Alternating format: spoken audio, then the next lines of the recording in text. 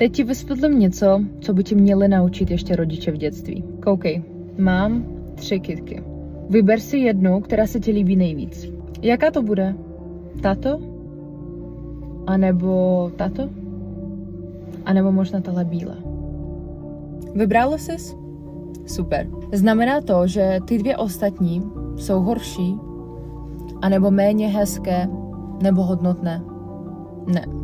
Jen si prostě nevybrala a vůbec to není o nich. Sami o sobě jsou ty květiny krásné, nádherné, ale každé je úplně jiná. Úplně to samé se děje i tobě. Když se ti přestane vážit, nebo že se ti přestane ozývat, a nebo když si místo tebe vybere jinou.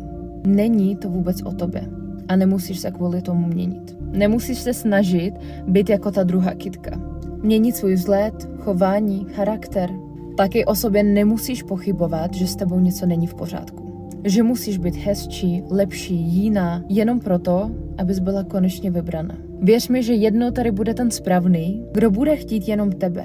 Přesně takovou, jaká jsi. A žádnou další kytku. Ulož si tohle video, ať se k tomu vrátíš pokaždé, když začneš o sobě pochybovat. A sleduj mě, tady je všechno o seberozvoji a ženskosti.